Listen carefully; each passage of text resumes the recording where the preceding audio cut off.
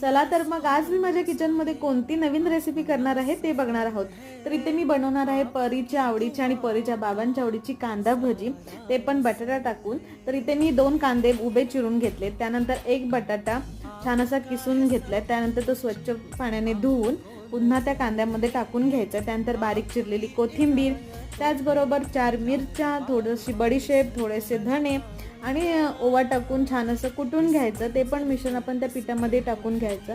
त्यानंतर त्यामध्ये बेसन पीठ ॲड करायचं, थोडंसं लिंबू पिळून घ्यायचं आणि छान असं मिक्स करून घ्यायचं। त्यानंतर इकडे कढई गरम करायला ठेवायची, त्यामध्ये तेल ओतून घ्यायचं। तेल गरम झाल्यानंतर त्याच्यामध्ये आपल्याला हव्या तशा प्रकारच्या भाज्या सोडून घ्यायच्या आणि छान अशा दोन्ही बाजूने शेकवून घ्यायच्या, म्हणजे तळून घ्यायच्या। तर तुम्ही कशा प्रकारे भजी बनवता हे कमेंट करून नक्की सांगा आणि मी बनवलेली रेसिपी आवडली असेल तेही कमेंट करून नक्की सांगा। भेटूया अशाच नवीन व्हिडिओमध्ये, तोपर्यंत मस्त खा आणि स्वस्त राहा।